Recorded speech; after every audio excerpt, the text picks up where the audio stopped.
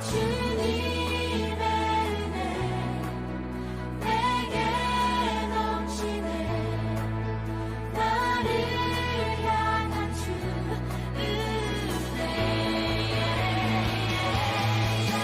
주님의 은혜 내게 넘치네. 나를 향한 주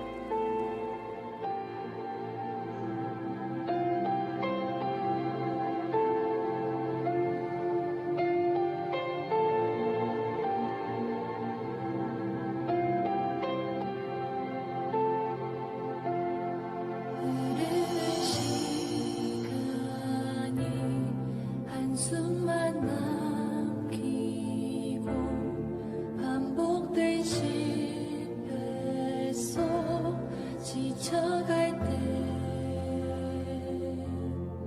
내 맘의 소망이 눈물 조각 될 때 내 곁에 다가와 부르시네. 주님의 시선 나를 비추시고 상처난 내 맘 만지시네. 말씀하시고 회복해 하시네.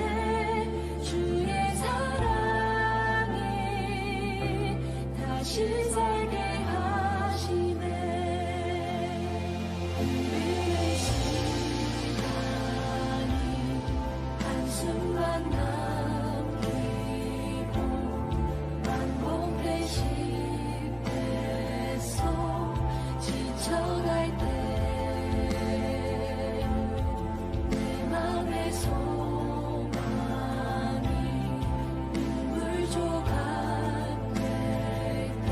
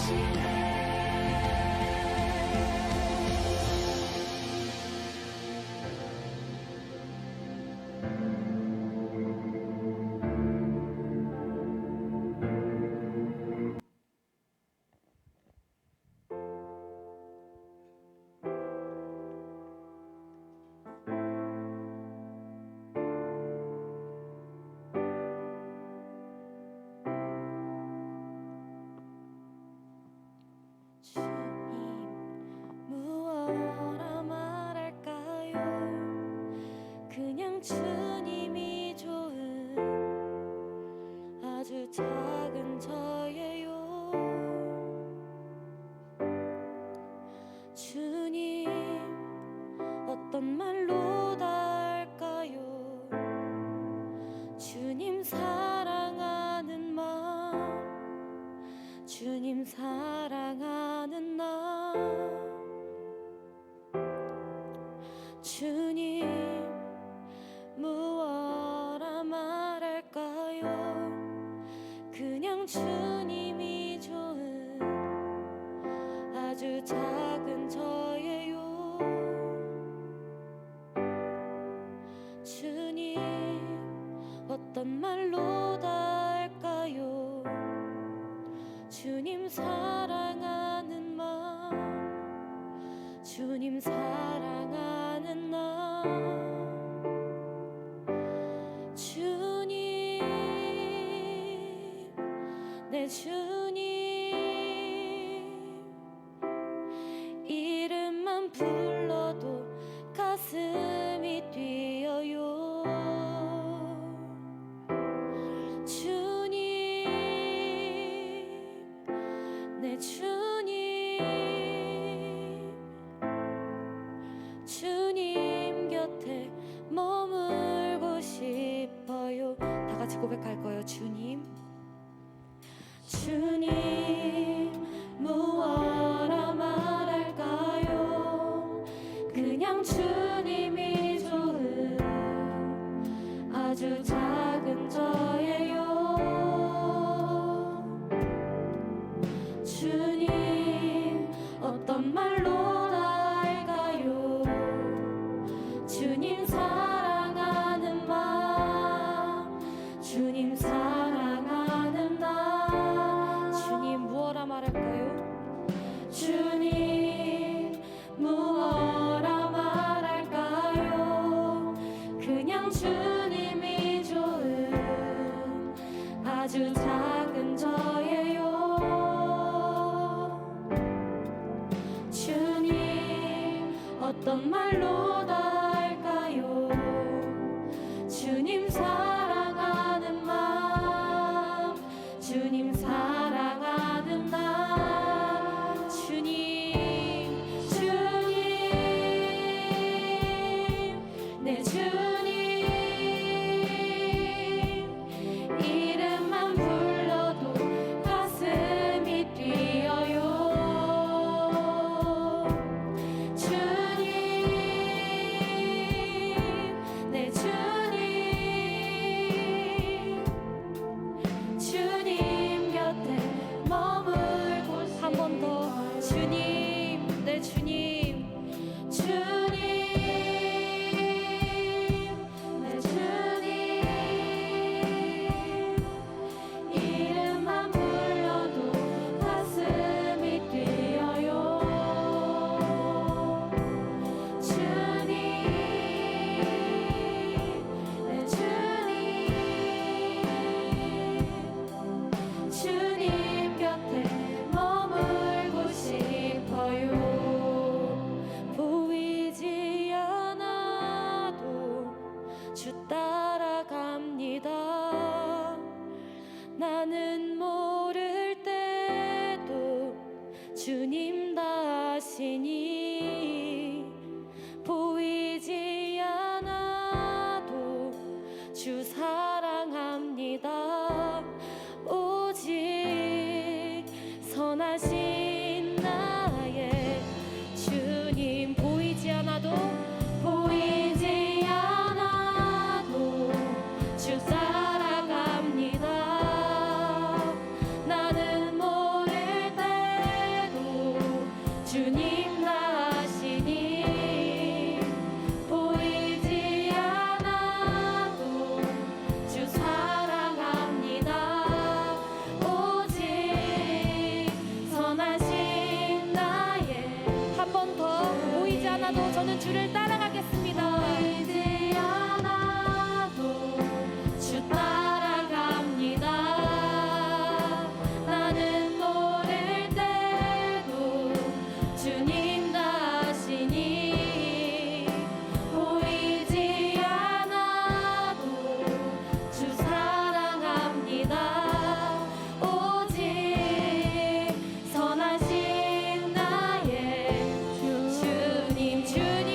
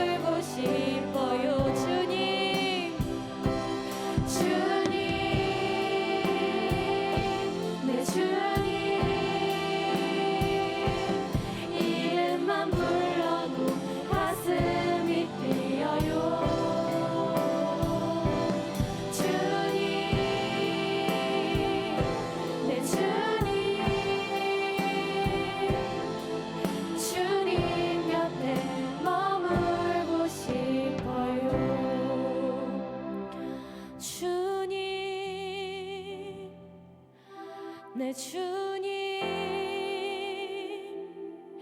이름만 불러도 가슴이 뛰어요. 주님 내 주님 곁에 머물고 싶어요. 사랑이 많으신 주님, 오늘도 저희가 각자의 삶 가운데 어렵게 살고 많은 시험 가운데 살다가 저희가 주님 앞에 다시 나왔습니다. 주님, 정말 삶의 많은 부분에서 어려운 일들이 너무나도 많고 주님을 까먹을 수 있는 아버지 그런 일들도 저희 주변에서 너무 많이 일어나서 저희 마음 가운데에 온갖 시험을 안겨주지만 그럼에도 주님 이름 부르짖고 주님만 생각하며 정말 그 선하신 주님의 이름만을 바라보고 저희가 이 삶 가운데 살다가 이 자리 가운데 다시 나왔습니다. 저희를 이곳에 모인 저희를 다시 한번 축복하여 주시고 이곳에 예배하는 저희 마음 가운데에 주님의 이름 하나만이 새겨질 수 있도록 주님 저희를 보듬어 주시고 다시 한번 다스려 주시옵소서. 사랑이 많으신 예수님의 이름으로 기도드렸습니다. 아멘. 다시 자리에서 일어나 볼까요? 저희가 지금 주님 이름 계속 부르면서 찬양했잖아요. 이번엔 그 좋으신 하나님을 다시 한번 기쁘게 캠프 때처럼 찬양하셨으면 좋겠습니다. 박수. 여러분 하나님 좋으시죠? 안 좋으세요? 좋으시죠? 하나님 없으면 저희 못 살잖아요, 그렇죠? 그 좋으신 하나님을 찬양하며 나아갑시다. 좋으신 하나님 인자와 자비 영원히, 좋으신 하나님 인자와 자비 영원히. 한 번 더 좋으신 하나님 더 신나게. 좋으신 하나님 인자와 자비 영원히, 좋으신 하나님 인자와 자비 영원히. 각 나라 족속과 백성 방언, 각 나라 족속과 백성 방언, 세상 모든 세대 영원토록 주 경배. 할렐루야 할렐루야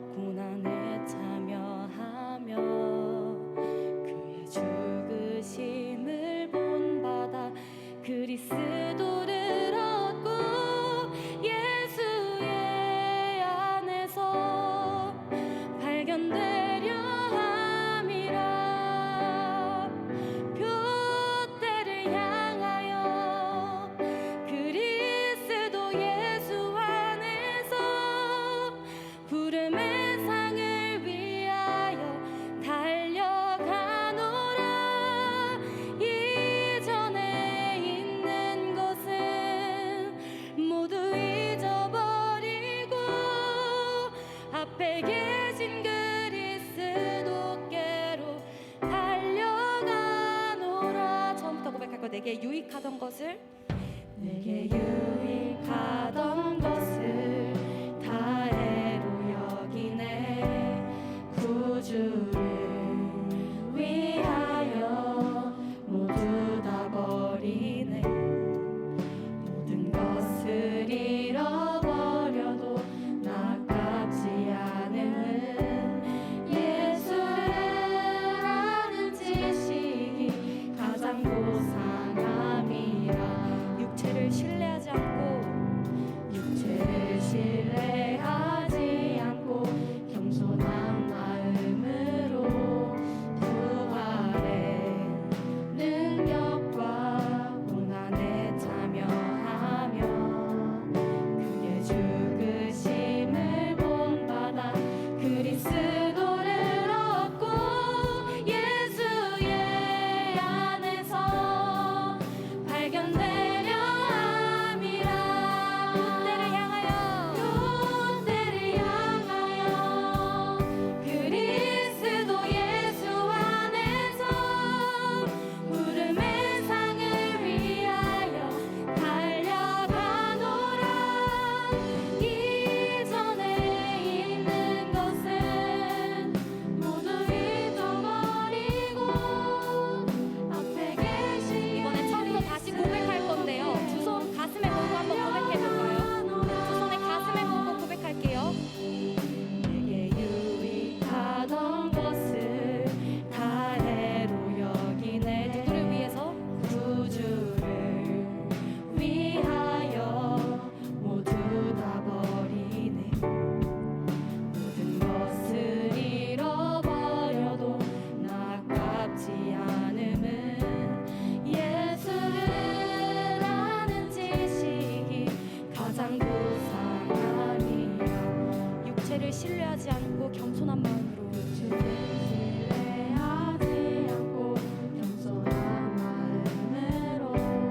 부활의 능력과 고난에 참여하며 그의 죽으심을 본받아 그리스도를 얻고 예수의 안에서 발견되려 함이라. 표대를 향하여 그리스도 예수 안에서 부름의 상을 위하여 달려가노라. 이전에 있는 것은 모두 잊어버리고 앞에 계신 그리스도께로 달려가노라. 표대를 향하여 그리스도 예수 안에서 부름의 상을 위하여 달려가노라. 이전에 있는 것은 모두 잊어버리고 앞에 계신 그리스도께로 달려가노라. 율법에서 난 것이 아니 오직 그리스도를 믿는 믿음으로 난 것이라.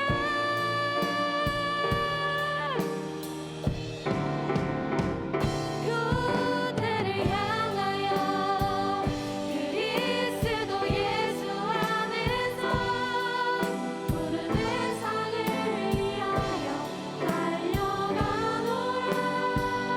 이전에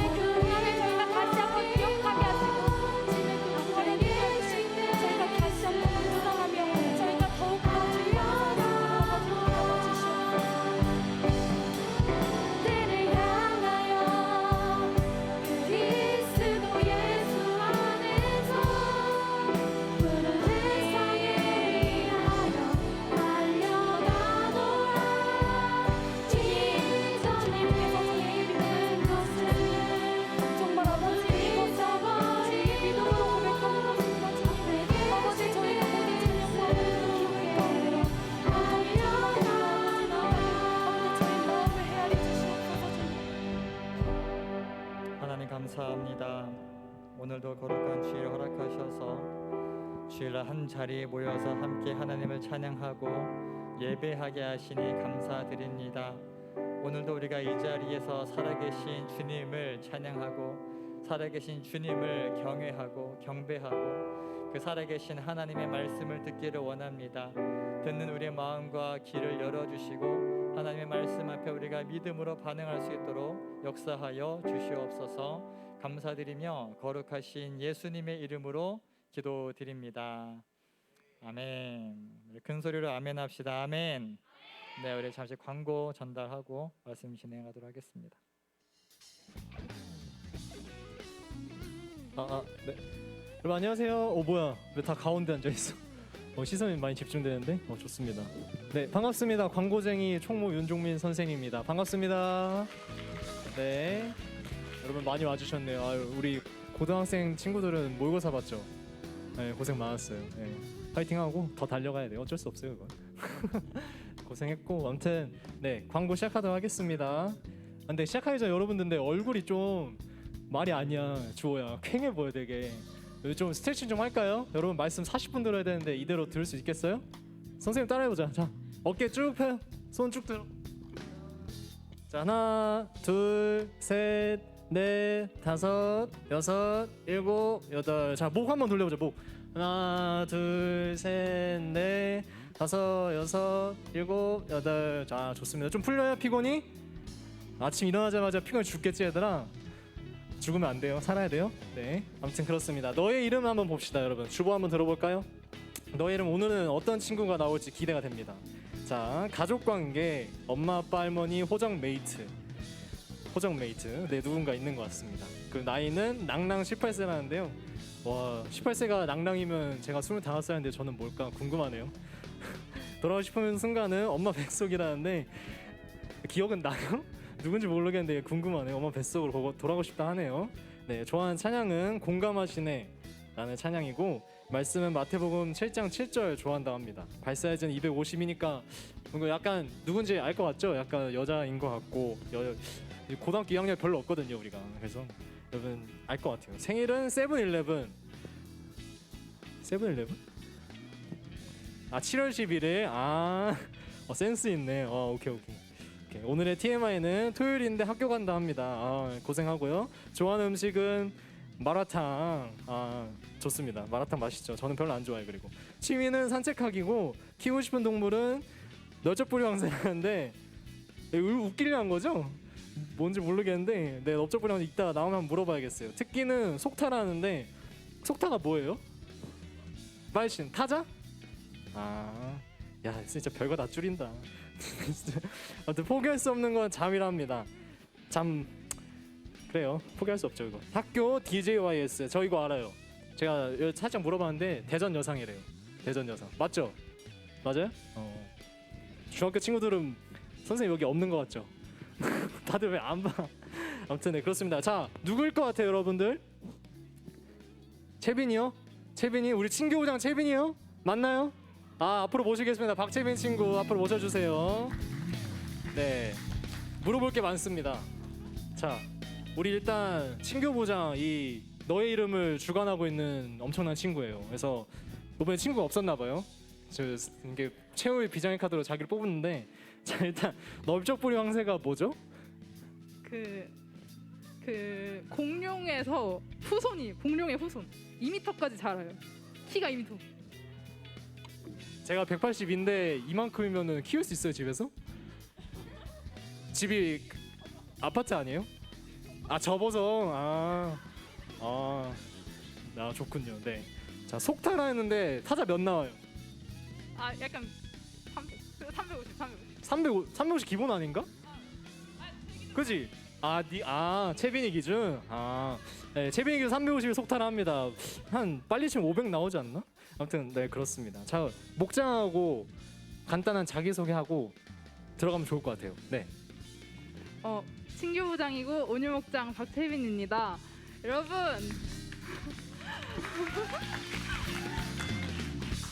여러분, 제가 너의 이름은 때문에 많이 연락하는데 봐주세요. 네, 감사합니다. 야, 온유목장의 박채빈 학생이었습니다. 감사합니다. 들어가 주세요. 네, 좋습니다. 자, 그러면은 이제 또 광고를 한번 쫙 펼쳐볼까요, 여러분? 또 새로워진 게 있습니다. 우리 예배부가 열심히 일하고 있다는 증거인데, 여기 오른쪽 보면은 라스트 위크라 해가지고 야무진 그림과 함께 말씀 구절이 있는데 퀴즈가 있네요, 새롭게. 이거는 뭐 따로 여러분들 적어보고 이따가 뭐 전사님 물어볼 수 있으니까 한번. 선물도 준비돼 있나요? 네, 알겠습니다. 그렇다 하네요, 여러분들. 쓰지 마요, 그냥. 네, 그렇고요. 자, 광고 가운데 보도록 할게요. 두 빛날의 교재 신청한 친구들은 지금 뒤에 준비돼 있어서 선생님들 지금 손든 친구들 바로 나눠줄게요.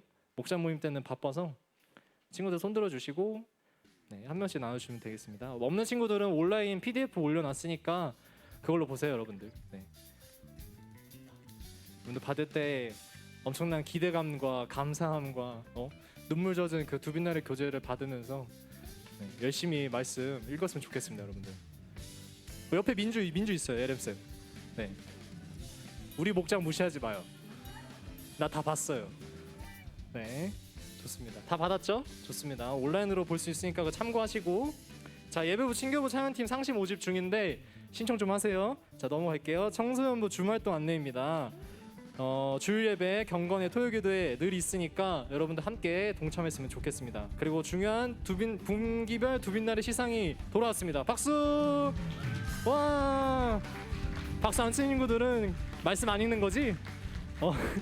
기대도 안 되는 거야, 시상이. 자, 2분기 시상이 다음 주에 마친다 합니다. 네, 여러분들 끝까지 달려온 친구들 너무 멋지고 시상 6명 준비되어 있다는데 누군지 궁금하네요. 아주 그때도 같이 함께 축하해줬으면 좋겠고, 여러분들 실망하지 마요. 분기 시상 못 받으면은 이제 연간 시상에는 참여할 수 없지만 3분기가 4분기가 준비되어 있어요. 여러분들 도전 다시 하면 됩니다. 아시겠죠? 말씀 읽어요.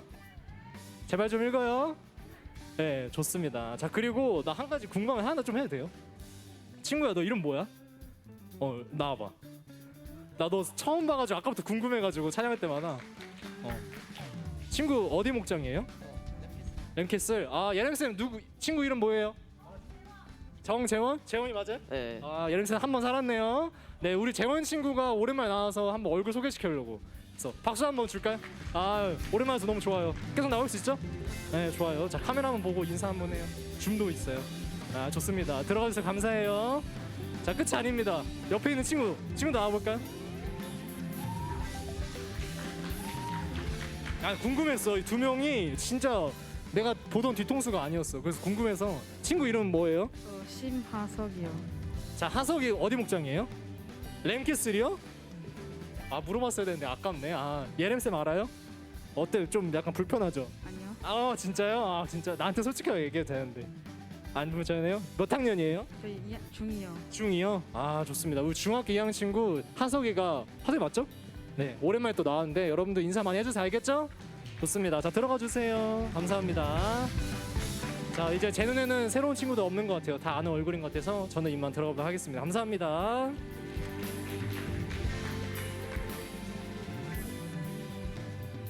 네, 좋습니다. 네.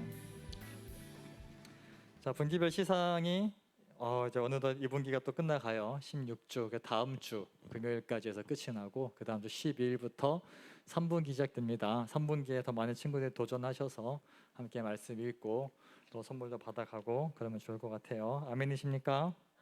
네, 잘 합시다. 이번에는 지난 1분기 때는 10명이 시상을 했었는데 이번엔 6명이에요. 6명. 아까운 친구들 몇 명에서 아까운 친구들.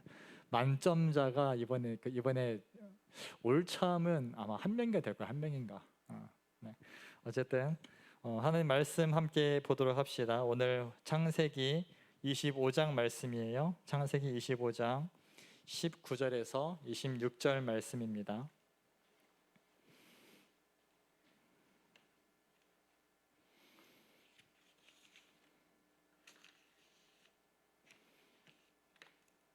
창세기 25장 19절에서 26절까지의 말씀을 우리 함께 읽습니다. 시작.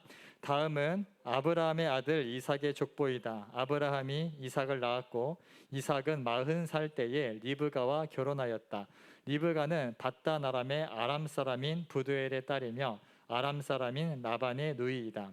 이삭은 자기 아내가 임신하지 못하므로 아내가 아이를 가지게 해달라고 주님께 기도하였다.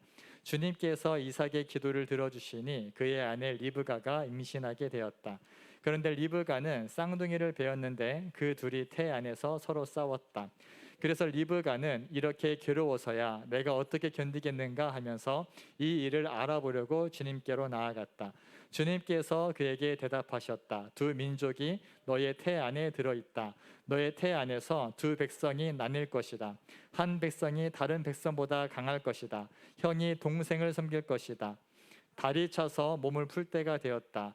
태 안에는 쌍둥이가 들어있었다. 먼저 나온 아이는 살결이 붉은 데다가 온 몸이 털투성이어서 이름을 에서라고 하였다.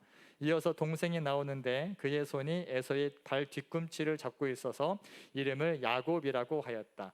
리브가가 이 쌍둥이를 낳았을 때에 이삭의 나이는 60살이었다. 이 말씀은 살아계신 하나님의 말씀입니다. 아멘. 아멘. 네, 좋습니다. 자, 오늘 말씀의 제목을 아브라함의 하나님, 이삭의 하나님 이렇게 정해봤습니다. 우리가 나중에 구약 성경을 계속 보다 보면은 하나님께서 이제 스스로를 소개하실 때 나는 아브라함의 하나님, 이삭의 하나님, 그다음 또 뭐라고? 네, 야곱의 하나님이라고 흔히 이렇게 얘기를 하죠. 특히 모세에게 나타나실 때도 그렇게 소개를 하셨고, 아브라함, 이삭, 야곱 이제 이 세 명의 족장들을 통해서 이제 하나님의 그 예배자의 계보가 이어져 가는 것을 보게 됩니다. 우리가 지난 주에는 이제 모리아 땅에서의 예배, 오늘 주보의 그림의 그 퀴즈 정답이죠. 모리아 땅. 이제 모리아 땅에서의 그 예배를 드리고 나서 상당한 시간이 지나갑니다. 시간이 흘러가면서 이제 그 아브라함의 아들 이삭이 장성하고 이제 이삭이 아브라함의 뒤를 이어서 족장이 되는 거죠. 그리고 이제 이삭의 어머니 아브라함의 아내 사라도 죽게 되고 이제 아브라함도 어느덧 나이가 먹어서 이제 세상을 떠나게 됩니다. 그 좀 나중의 일이지만 어제 그런 상황 속에서 이제 이삭이 이제 이 부족을 이끌고 이제 하나님의 예배자의 가문의 계보를 이어나가는 과정 가운데 있는 거예요. 저는 오늘 이 말씀들을 통하여서 이삭은 어떤 사람인지, 또 이삭은 어떻게 해서 이제 하나님의 은혜의 계보를 이어가는지를 좀 살펴보려고 하고요. 잠깐 외전격으로 이제 이삭의 아들 이제 야곱과 에서에 대해서 잠깐 좀 다루도록 하겠습니다. 우리가 지난주에 한번 이렇게 생각을 좀 해봅시다. 그 이삭의 입장에서 보자고요. 이제 아브라함이 하나님께서 100세에 낳은 귀한 아들, 심지어 얼마 전에 이제 하나뿐인 아들이었던 이제 이스마엘마저도 이제 내보내게 되고 나서 이제 이삭만 남았을 때 하나님의 그 이삭을 이제 모리아 땅에서 번제로 바치라 이렇게 말씀을 하시죠. 자, 아브라함은 그 말씀에 즉각적으로 순종해서 아들 이삭을 데리고 사흘길을 걸어서 모리아 땅으로 갑니다. 그곳에서 제물을 잡게 되는 거죠. 약간 이것을 잠깐이지만 약간 스릴러물이 좀 진행이 돼요. 굉장히 아버지가 아들을 잡고자 하는 이 무시무시한 사건.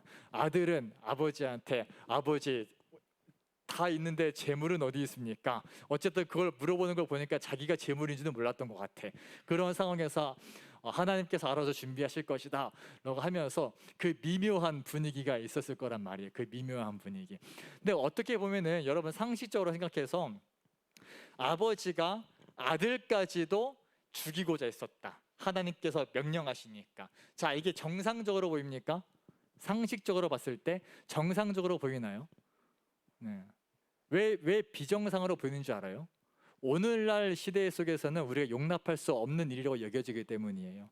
왜냐하면은 제가 이제 고등학교 때 제 머릿속을 굉장히 지배하고 있었던 단어 두 가지가 있었는데 그게 뭐냐면 하나는 인본주의고 하나는 신본주의입니다. 이 말 들어보셨습니까? 인본주의와 신본주의.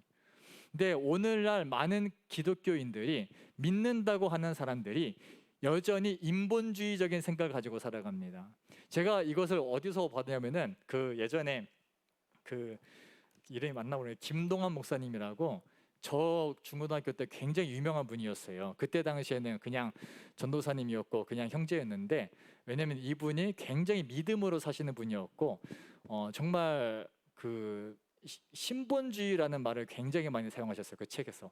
이분이 쓴 책이 뭐였냐면은 다니엘 학습법이라는 책을 썼거든요. 다니엘 학습법. 혹시 읽어본 사람? 읽어본 사람. 강의도 읽었잖아. 내가 너한테 사서 읽으라 했잖아 임마. 다니엘 학습법이라고 그 옛날 책이 났는데 이 김동환 목사님이 그때 당시 왜 떴냐면 세상 다 똑같다, 시대가 흘러도. 그분이 열심히 신앙생활하고 누구보다 열정을 다해서 주님을, 예수님 믿었고 섬기고 헌신했는데, 자, 학교를 어디를 갔느냐? 서울대 수석 입학, 수석 졸업을 하신 분이에요.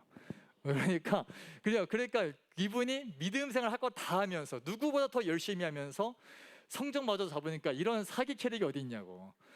이런 분이라고 존재하니까 우리가 피곤한 거 아니야 지금. 인생이 피곤해지는 거야. 근데 그러니까 그분이 다 책을 쓴 거야. 다니엘 학습법 해가지고 그분이 하신 말씀이 그거였어요. 신본주의.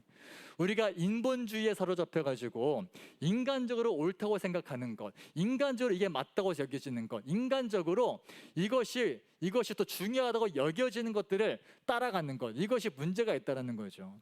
여러분 잘 들으세요. 우리는 예수 믿는 사람은 인본주의에 사로잡히면 안 돼요. 우리는 신본주의, 인간이 중심이 아니라 하나님의 중심이라는 거예요.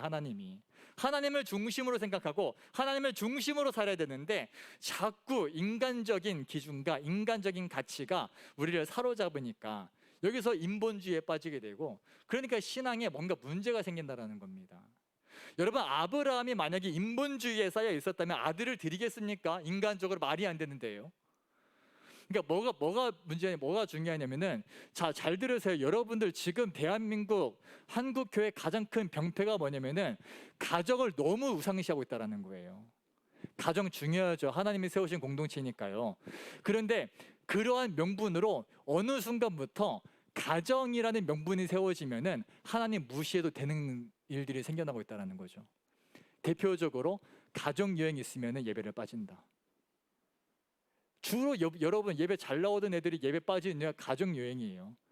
하다못해 정말 저기 멀리 가서라도 거기서 이제 뭐 친척집이 있고 친척에 또 교회가 있고 믿는 친척이 있어서 같이 그 교회 간다. 좋죠. 그렇게 하는 거 좋죠. 근데 그것도 아니야. 양심적으로 생각해 보세요. 뭐 이때쯤은 하나님께서도 뭘 이해해 주세요. 얼마나 하나님 무시하고 하나님을 멸시하는 게 습관처럼 되어 있고 당연시 되어 있는, 우리에게 부어지는 무한한 하나님의 은혜를 악용하고 있는 믿음의 가정들이 얼마나 많습니까? 그러니까 그 가정에서 자란 다음 세대들이 믿음이 자라겠습니까? 저는 오늘 이삭을, 사실은 제가 이삭에 대해서 별로 중요하게 안 다루려고 했단 말이에요. 그냥 제가 느꼈던 이삭은 그냥 금수저. 아브라함이 겁나게 부자였거든. 이삭은 특별한 이벤트가 없었어. 이삭은 특별한 이벤트가 없이 그냥 아버지 잘 만나가지고, 생각해 100살에 낳은 독자. 100살에 낳은 독자, 이거는 뭐 말 다 했죠. 얼마나 귀하게 여김 받았겠냐고. 그리고 아버지의 모든 제사도 홀로 이어받았어. 왜냐면 아브라함이 다른 자식들이 있었지만 나중에 얻은 다 분가시켜버렸거든요. 나중에 집안 문제 안 일으키려고. 그리고 이삭만 넘겨둔 거야, 이삭만. 그리고 아브라함이 얼마나 이삭의 신앙에 대해서 걱정을 했는지 자기 종한테 이렇게 얘기를 해요. 이삭의 아내를 맞을 때 절대로 우리가 지금 지내고 있는 가나안 땅의 여인을 아내로 맞지 말아라. 무슨 말이냐면 믿지 않는 사람을 절대로 아내로 맞지 말라는 거예요. 하나님을 알지 못하는 사람을 절대로 집안에 들이지 말라는 겁니다. 여러분, 이거 중요해요. 앞으로 여러분의 중고등학생들 가장 많은 고민 중에 하나가 연애잖아, 연애. 청년 선생님들 뭐 결혼까지는 생각하시는 모르겠지만 어쨌든 얼마나 많이 거기 문제에 부딪히냐고. 근데 여러분, 원칙을 세우셔야 돼요. 인간적으로 좋아 보이는 사람이 아니야. 인간적으로 좋아 보이는 사람이 아니라 하나님 믿는 사람인지 예수 믿는 사람, 이거 굉장히 중요한 문제예요. 굉장히 중요한 문제. 저는 여러분이 좀 결단하시길 바랍니다. 혹여라도 실수로라도 누군가가 나한테 고백을 해온다. 누군가를 내가 마음에 두었다. 반드시 점검하세요. 예수 믿는 사람인가 안 믿는 사람인가. 뭐 믿어서 뭐 연애해서 뭐 전도하겠다. 뭐 다 거짓말이야, 뻥뻥. 절대 네버. 그런 경우 난 적어도 나는 본 적이 없어. 같이 무너졌으면 무너졌지. 너희들 우리가 생각하는 것처럼 선한 결과들이 나온 일을 난 본 적이 없습니다. 제가 사역을 하면서 만났던 수많은 집사님들이 안 믿는 남편 만나가지고 분명히 결혼하기 전에는 결혼하면 교회를 가겠다고 다 뻥을 치시고, 그리고 교회를 가신 분들 난 본 적이 없었다. 그리고 그 집사님들이 나중에 헌신할 때 얼마나 많이 방해하고 핍박하고 맞고 그러는지요. 그것에 얼마나 피눈물을 흘리면서 주님의 일을 감당하는지 몰라요. 어마어마한 고난의 길이에요. 뭐 굳이 그것이 죄다라고까지 하지 않겠어. 그런데 정말 영혼이 멸망의 길로 갈 수 있습니다. 여러분 결단하시길 바랍니다. 나는 무슨 일이 있어도 믿지 않는 사람과는 연애하지 않겠습니다. 물론 중고등학생 그 연애하지 마, 너희들 연애하지 마. 그냥 연애하지 마. 나중에라도 절대 예수 믿지 않는 사람하고는, 얘들 생각해봐. 영혼이 죽은 사람인데 좀비하고 연애할 겁니까? 좀비하고 종족이 달라요. 종족이 달라. 시체하고 연애할 거예요? 그러니까 인본주의적으로 사람이 좋아 보인다? 여러분 착각하지 마세요. 그거하고 이건 다른 영역이에요. 어쨌든 아브라함이 절대로 가나안 땅에서 그 이삭의 아내를 찾지 말아라 해가지고 아브라함의 고향, 아브라함의 가족들이 있는 곳, 그러니까 거기에서 아내를 맞으라는 거예요. 거기는 어쨌든 셈족, 노아의 세 아들 중에서 셈, 함, 야벳 중에 셈족의 후손을 이어서 오면서 예배자의 계보가 이어지고 있었던 가정, 그 집에서 아내를 찾아라 이겁니다. 고향 땅에 가가지고. 그래서 아브라함의 이 종이, 이름은 나오지 않아. 근데 아브라함의 종이 이제 바단 아람까지 가가지고 거기에서 이제 그 주인님의 아들, 도련님의 신부를 구하는 거야. 야, 얼마나 부잣집이면은 신부도 대신 대시를 해주러 가셔. 대신. 그런데 참 이게 보면은 나중에 한번 제가 그냥 갑자기 오늘 아침에 든 생각인데 한번 이런 걸 한번 해보고 싶다는 생각이 들었어요. 뭐냐면은 우리가 성경을 좀 연구를 하는 거지. 그래서 약간 뭘 하는 거냐면은 그 약간 있잖아, 성경에 나오는 모든 커플들을 다 뽑아내는 거야. 그래서 우리끼리 베스트 커플 상을 이유와 함께 한번 해보면 어떨까라는 그런 생각이 들더라고요. 재밌겠다 싶은 거야 막. 그래가지고 막 이삭 있잖아, 아담과 하와, 그리고 뭐 아브라함과 사라, 뭐 누구냐 오늘 나오는 이삭과 리브가, 그리고 야곱과 라헬, 아무튼 뭐 대단한 커플들 많아요. 우리가 상상도 할 수 없는 룻과 보아스, 뭐 등등등, 뭐 다윗과 아비가일, 뭐 등등등 어마어마하게 많은데, 생각해 보니까 정말 이런 이벤트, 이런 우리가 보면서 약간, 물론 시대가 다르기 때문에 그들처럼 우리가 연애하고 그들처럼 사람 만날 수는 없겠죠. 아브라함의 종이 가가지고 딱 막상 갔는데, 야 누구를 맞아야 돼? 여자가 한두 명도 아니고 누구를 맞아야 돼? 그래가지고 이 종이, 아브라함의 종이 항상 주인 아브라함을 보면서 배운 게 기도였던 거야. 기도. 그러니까 기도하는 거야. 하나님, 내 주인의 아들의 그 배필을 구해야 되는데, 주님, 그 사람들이 와서 물을 뜰 때 제가 물을 달라 하거든 나에게 물을 주고, 내가 굳이 요청하지 않아도 알아서 내 낙타들에게도 물을 주는 여인이 주님께서 허락하신 여인인 줄로 알겠습니다. 야 요즘에 이렇게 했다가 진짜 난리 나거든요. 요즘에 이렇게 하면 진짜 이게 얼마나, 야 갑자기 막 내가 가지고 나 혼자 막 기도해놓고 당신이 내 여인입니다 이러면은 뭐 어떻게 되겠냐고. 어떻게 내가 미친놈 소리 듣는 거예요. 이게 이제 아브라함이 그렇게 해서 간 거지. 근데 진짜로 하나님 예비하신 여인 리브가가 나타나는 거야. 리브가가 나타나가지고 이제 이 아브라함의 종에게 물을 떠다 주고, 얼마나 친절한지. 그리고 요청하지 않았는데 알아서 제가 당신의 그 낙타들에게도 물을 주겠습니다 하면서 그렇게 섬기는 거야. 그러니까 뭘 보는 거냐면은 얼마나 섬길 줄 아는 사람인가. 우리가 아니다, 청소년 너희들한테 뭐 결혼 얘기 해봐야 지금 내 코가 석자인데 내가 누구 무슨 얘기를 해. 너무 격하게 고개 끄덕이면 내가 기분이 나빠요. 아무튼 막 그렇게 해서 딱 보는 거죠. 그래가지고 당신은 누구입니까? 물어보면서 이렇게 호구조사 한 다음에 보니까 또 이게 아브라함의 친척이네. 그 당시에는 친족끼리 결혼했거든요. 당시에는.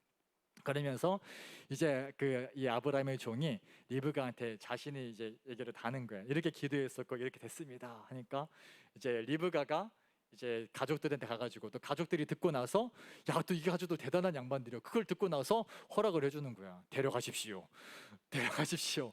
그래가지고 이 리브가를 데리고 아브라함의 종이 오니까 저 멀리서 이제 이삭이 40살 이삭이 40살 나이 드니까 위로가 된다 왠지 40살 이삭이 딱 멀리서 오니까 이제 이 리브가가 저기서 오는 저 사람은 누구인가요? 저분이 바로 그분입니다. 하니까 급하게 막 이렇게 얼굴 가리고 하면서 그렇게 수줍하면서 뚜뚜루뚜 하면서 이렇게 결혼을 하게 되는 거죠. 그래서 말씀에서 뭐라고 나오냐면은 오늘 읽은 말씀 말고 그 24장에 67절에 이제 아브라함의 종이 이삭한테 있었던 일들 다 말합니다. 이러한 경유를 통해서 이 여인을 데려왔습니다. 그러니까 67절에 이삭은 리브가를 어머니 사라의 장막으로 데리고 들어가서 그를 아내로 맞아들였다. 이렇게 해서 리브가는 이삭의 아내가 되었으며 이삭은 그를 사랑하였다. 이삭은 어머니를 여의고 나서 위로를 받았다 하면서 이삭이 얼마나 리브가를 사랑했고 리브가를 아꼈는지 몰라요. 근데 물론 이삭이 그 아버지의 피가 어디 가는 건 아니어가지고 나중에 아버지가 했던 짓 똑같이 저기 블레셋 땅 가가지고 이제 리브가가 너무 이쁜 거야. 성경에 표현돼 있어. 아리따운 여자라고. 아리따다고 표현돼 있거든. 아리따우니까 걱정되는 거지. 네, 사람들이 물어보는 거야. 저 여인은 누구입니까? 번뜩이면서 물어보니까 이제 여소해달라고 하는 거지. 그러니까 이제 아브라함이 여기서 아내라 했다가는 자기가 죽을 것 같으니까 내 동생이요. 이랬단 말이에요. 아브라함이. 다행히 이제 리브가는 어디에 그 이제 그 뭐 첩실로 이렇게 불려가진 않았지만 이제 성경에 좀 부끄러운 표현이 나오더라고. 어느 날 이제 블레셋 땅에 아비멜렉이 왕이 보니까 이제 아마도 이제 그 이삭과 리브가한테 관심이 있었던 것 같아요. 보니까 성경에 이렇게 표현돼요. 새번역에 이삭이 리브가를 애무하고 있었더라 하면서 그래가지고 엄청 애정 표현하고 있으니까 이제 거기서 들통나가지고 당신 우리한테 왜 그러냐고 하면서 왜냐면 아비멜렉이 물론 그 아비멜렉 아니겠지만 이전 아비멜렉이 이름이 아니에요. 명칭입니다. 그 왕이란 뜻이에요. 왕.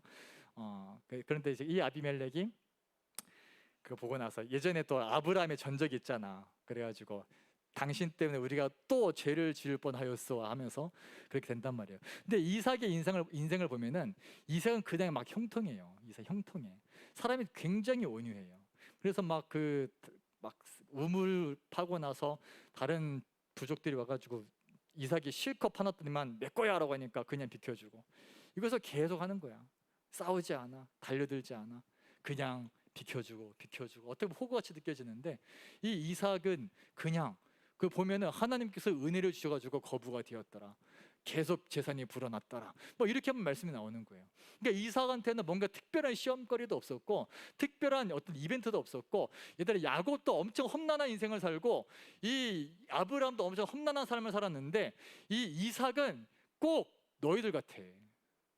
믿는 가정에서 태어나가지고 신앙에 특별한 위기 없이 물론 이제 각자 위기는 있겠지만 뭐 안 믿는 가정에서 핍박당하고 그런 거 없이 그냥 막 자라온 거야. 영적인 축복 받으면서 영적인 금수저로 태어나가지고 이제 부모 세대가 누려왔던 부모 세대가 쌓아왔던 기도를 다 받아 먹으면서 그냥 이삭은 그렇게 자란 거예요. 그런데 차이가 있어. 이삭의 그 믿음이 안 좋을까요? 이삭의 믿음이 아버지만 못했을까요? 그렇지는 않다는 거예요. 오늘 26장에 보게 되면은 일찍이 아브라함 때에 그 땅에 흉년이 든 적이 있었는데 1절입니다.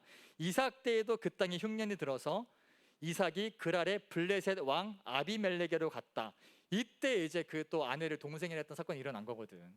주님께서 이삭에게 나타나셔서 말씀하셨다. 이집트로 가지 말아라. 내가 너에게 살라고 한 이 땅에서 살아라. 네가 이 땅에서 살아야 내가 너를 보살피고 너에게 복을 주겠다. 이 모든 땅을 내가 너와 너의 자손에게 주겠다. 내가 너의 아버지 아브라함에게 맹세한 약속을 이루어서 너의 자손이 하늘의 별처럼 많아지게 하고 그들에게 이 땅을 다 주겠다. 이 세상 모든 민족이 네 씨의 덕을 입어서 복을 받게 하겠다. 이것은 아브라함이 나의 말에 순종하고 나의 명령과 나의 계명과 나의 율례와 나의 법도를 잘 지켰기 때문이다. 누구 때문이다? 아버지 아브라함 때문에 이삭은 이 하나님의 약속의 영향 아래에서 축복을 누리고 있다는 거죠. 근데 이삭이 6절에 이렇게 나옵니다. 그래서 이삭은 이집트로 가지 않고 그랄에 그대로 머물러 있었다. 순종하는 거예요. 이삭은 바로 자기가 생각할 때는 이집트가 더 좋아 보이고, 그런데 이삭이 왜 이렇게 순종할 수 있었을까? 이삭은 왜 하나님의 애들이 막 누리며 살았을까? 그냥 아버지 때문에? 아니요. 아버지한테 재산도 물려받았지만, 아버지한테 많은 것도 물려받았지만, 이삭은 아버지 아브라함의 신앙을 그대로 계승했다라는 거예요. 그대로. 특별한 이벤트는 없었지만 아버지 아브라함이 믿었던 하나님을 그대로 따라 믿었다라는 겁니다. 그래서 오늘 제목이 아브라함의 하나님, 이삭의 하나님 이렇게 정한 거예요. 그냥 아브라함의 하나님이 아니라 나의 하나님. 여러분 어떻습니까? 여러분들이 지금 믿고 있는 하나님은 어떤 하나님이에요? 여러분의 하나님 맞습니까? 나의 하나님이라 고백할 수 있어요? 부모님의 하나님 아닙니까? 아버지의 하나님, 어머니 하나님, 아니면 교회 선생님의 하나님, 전도사님의 하나님을 그냥 들은 대로 내가 그렇게 인식하고 있는 것이지, 여러분 각자의 고백으로 나의 하나님이라는 고백이 있냐라는 거예요. 여러분과 하나님과의 일대의 관계 속에서 하나님의 인도하심 받고 있냐라는 겁니다. 하나님을 두려워하고 하나님을 경외하면서 그렇게 부모 세대가 믿음으로 살았던 그대로 여러분은 살고 있냐라는 거예요. 그냥 엄마가 믿는 하나님 나랑 뭔 상관이에요? 아빠가 믿는 하나님 나랑 뭔 상관이에요? 교회 전도사님 선생님이 믿는 하나님 나랑 뭔 상관이에요? 그냥 눈치 보여서 아직까지 너희에게 종교의 자유가 없기 때문에, 태어나 보니까 엄마 뱃속에서부터 모태 출석 교인이었고, 태어나 보니까 교회 다니고 있었고, 나에게는 교회를 안 갈 자유가 없었고, 그러면 이렇게 계속 오면서 이제 졸업하는 순간, 내가 타지로 가는 순간 바로 교회보다 떠나리라, 이렇게 계획 세고 있지 않냐고. 제 말이 틀립니까?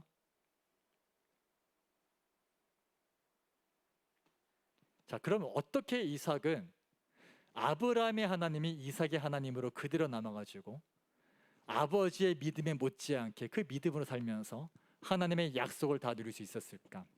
제가 오늘 아침에 말씀을 묵상하다가 마음에 너무 감동이 밀려오는 게 뭐였냐면은, 그런 생각을 했었거든요. 예전에 철없이 막 신학 공부할 때는 그런 음모론을 좀 꾸몄었단 말이야. 그 이삭이 과거에 자기 아버지가 신앙 때문에 자기를 죽이려고 했던 사건 때문에 어떤 트라우마가 있지 않았을까? 그래가지고 과연 아브라함은 자연 사는 게 맞을까? 뭐 온갖 생각을 다 했단 말이야. 온갖 생각을 다 했단 말이야. 진짜로 뭐 온갖 생각을 다 했었는데, 근데 재밌는 게 뭐냐면, 여러분 아브라함의 이삭을 바칠 때 아브라함의 나이가 110대 중반이었어요. 110대 중반 할아버지 노인이었다고. 당시 이삭은 여러분만한 때 한 10대 중후반 청소년기. 물론 그때의 그 나이하고 오늘 우리 나이하고 좀 많은 개념이 다르겠지만, 그 나이 때 아버지가 아들을 묶고 제단에 올려놓고 칼로 찌르러 가는 그 순간까지 이삭은 어떻게 했다? 가만히 있었다. 왜 그랬을까요? 이삭이 태어날 때부터 봤던 것은요, 아버지 아브라함이 하나님을 어떻게 경외하고 어떻게 섬기고 어떻게 예배하는가를 태어날 때부터 봤다라는 거예요. 아브라함이 분명히 실수도 합니다. 하지만 그가 믿는 하나님은 진짜였던 거예요. 아브라함이 믿는 하나님은 정말 아들 이삭이 볼 때 정말 두렵고 무섭고, 그럼에도 불구하고 은혜를 베푸시기를 멈추지 않으시는 그런 하나님이었다라는 거예요. 아들 이삭은 어려서부터 아버지한테 이 신앙을 전수받는 겁니다. 그래가지고 아버지가 얘야 네가 바로 재물이야, 너를 드려야겠어 라고 했을 때, 원래 뭐 좀 신랑의 끝에 아멘 했는지 모르겠지만 어쨌든 아멘을 한 거야. 그래서 순순히 올라가서 저를 드리십시오 하지 않는 이상 그런 광경이 열진될 수 없다라는 거죠. 물론 이제 뭐 아브라함이 모르죠. 뭐 가다가 이삭이 다 가다가 먼저 좀 가라 쑥 이렇게 했는지 모르겠지만 근데 생각해 보세요. 이삭이 어쩌면 그때 당시에는 아버지가 자기까지도 제물로 바치려 했다는 사실에 충격을 받았지도 모르겠어. 그런데 두고 생각해 볼 때에 그렇게 나를 사랑하는 아버지께서, 그렇게 나를 아끼는 내 아버지 아브라함이 그렇게 사랑하는 나마저도 하나님 앞에서는 마땅히 제물로 드릴 수 있었다라는 이 엄청난 사건 앞에서 이삭은 무엇을 느꼈을까요? 아, 하나님은 그런 분이구나. 하나님을 예배한다라는 것은 그런 거구나. 이것이 확실하게 새겨졌다라는 거예요. 이삭의 마음 가운데에. 그 한 번의 예배를 통해서, 자신의 제물이 되는 그 예배를 통해서 이 이삭에게는 하나님이 어떤 분인지, 하나님이 얼마나 마땅히 경외를 받으셔야 할 분인지를 분명히 그 마음에 새겨졌다는 겁니다. 사랑하는 다니엘 여러분, 제가 오늘 말씀 묵상하다가 너무 마음이 아픈 건 뭐였냐면요, 이삭은 그런 아버지를 통해서 하나님을 정말로 하나님답게 섬기고 하나님을 정말로 하나님답게 예배하는 그런 가정 안에서, 그런 아버지 밑에서 그 신앙을 제대로 전수받고 그 두려우신 하나님을 그대로 섬겼는데, 오늘 우리에게는 어떠냐고요? 두려우신 하나님입니까? 만만한 하나님입니까? 툭하면 죄 짓는 게 너무 쉬워요. 하나님 무시하는 게 너무 쉬워요. 우린 너무 연약하니까 어쩔 수 없어, 난 인간이니까 난 어쩔 수 없어라고 하면서, 예수님이 가실 수 있었던 거야 라고 웃기지도 않는 소리 하면서 우리의 연약함, 우리의 죄악됨, 우리의 하나님을 무시하는 것, 우리 안에 하나님 사랑하지 않는 것, 이것을 얼마나 많이 타협하고 있냐고요. 왜 어쩌다 이런 시대가 되어버렸을까? 어쩌다가 지금 신앙이 이 모양 이 꼴이 되었을까? 누구도 보여준 사람이 없는 거야. 하나님을 예배한다는 것이 무엇인지, 하나님을 어떻게 경외해야 되는지, 하나님을 목숨 걸고 예배하고 섬기는 것이 무엇인지를 보여준 믿음의 선배들이 없으니까, 제대로 본 적이 없고 교육받은 적이 없으니까, 아, 하나님 저렇게 예배도 되는 거구나, 주일날 예배자 빠져도 되는구나, 사역자가 하나님을 무시하고 교사가 예배를 쉽게 빠지고 먼저 세워진 사람들이 하나님을 예배하는 것에 소홀해버리니까, 하나님을 두려워하는 사람이 보이질 않으니까 한 번도 배워본 적이 없는 거예요. 한 번도 하나님이 어떤 분인지 제대로 인식해 본 적이 없는 거야. 그러니까 오늘날 얼마나 우리가 하나님을 믿는다고 하면서 인본주의에 찌들어가지고 인간 중심적으로, 성경을 보세요. 성경을 보세요. 단 한 번이라도 성경에 그 믿음의 선배들이 인본주의적인 것을 이유로 신앙을 타협한 적이 있었는가? 요셉이 그랬겠습니까? 다니엘이 그랬어요? 아브라함이 그랬어요? 이삭이 그랬습니까? 초대교회 사도들이 그랬습니까? 예수님이 그러셨습니까? 인본주의는 절대로 하나님 뜻이 아닙니다. 인간 중심적인 신앙 버리셔야 돼요. 하나님 중심의 신앙이 바로 세워져야 됩니다. 베드로가 예수님이 내가 십자가에 못 박혀 죽을 거다라고 말했을 때, 베드로가 그렇게 정말 주님을 뜨겁게 사랑하는 열정 가지고 절대 그럴 수 없습니다라고 말했을 때, 인본주의적으로 너무나 합당한 얘기죠. 당연히 그래야 되지. 근데 신본주의적으로 예수님이 이렇게 말씀하시는, 사탄아 물러가라. 너는 나를 넘어지게 하는 자로다. 네가 하나님의 일을 생각하지 않고 사람의 일을 생각하는구나. 여러분, 우리가 정신을 단단히 차려야 됩니다. 이 시대에 너무 깊게 파고들어온, 교회 안에 너무 깊게 파고들어온 인본주의적인 생각들, 인간적인 생각들 여러분 쳐내셔야 돼요. 하나님 앞에서 합당한가, 이 기준 하나 가지고 우리가 신앙생활을 하지 않는다면은 우리는 언제 어떻게 무너지고 넘어질지 모른다는 거예요. 한 가지만 나누고 마치겠습니다. 제가 저희 어머니 아버지를 굉장히 존경합니다. 제가 제일 존경하는 목사님 우리 어머니 아버지예요. 왜 그러냐면은 제가 어려서부터, 물론 어려서부터 아니죠, 제가 중학교 때 교회를 다니면서부터 제가 봐왔던 저희 부모님의 신앙은 진짜였거든요. 아들 하나 있는 거 하나님께 어떻게든 드리고자 했었던 그 모습들 제가 봐왔거든요. 우리 어머니 아버지가 얼마나 하나님을 경외하고 특별히 아버지가 얼마나 하나님을 두려워하는지 하나님을 경외하는지 제가 봤거든요. 부끄러운 얘기, 이제 이번 주가 이제 추석에 다가온단 말이에요. 제가 한 3년 전이었을 거예요. 3년 전에 명절이었습니다. 보통 명절이 되면 제가 이제 그 전주에 있는 아버지가 계시는 집으로 갑니다. 저희 집은 교회예요. 기도원입니다. 거기 가서 이제 가정 예배 함께 드리고, 저희 가정 예배는 1시간 반이거든요. 제가 인도에 1시간 반이에요. 아버지가 하면 3시간이에요. 그래서 제가 인도합니다, 무조건. 그래서 명절에 집에 가면 못 쉬어요. 예배 준비해야 돼요. 설교 준비하고 찬양 준비하고 쿤티 짜야 돼요. 그래가지고 정말 집에 가기 싫어하는 사람인데, 근데 어느 날은 제가 너무 이제 힘들어하니까 어머니 아버지가 오신 거예요. 명절에 제가 있는 곳으로, 제가 있는 사는 원룸으로 오신 거죠. 그래서 거기서 함께 예배하자 이렇게 얘기가 됐던 거예요.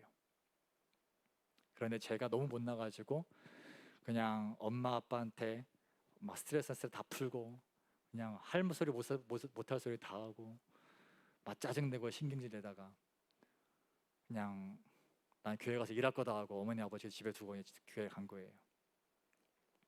근데 보통 여러분 그 자식이 부모님한테 그렇게 못되게 하지, 부모님이 자식을 내팽개치고 가는 일은 없거든요.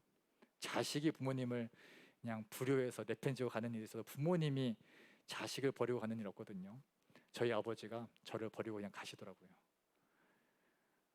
그래서 전화를 했죠. 아버지 죄송하다고. 죄송합니다 연락을 하니까 제 아버지께서 뭐 특별히 화를 내시는 게 아니라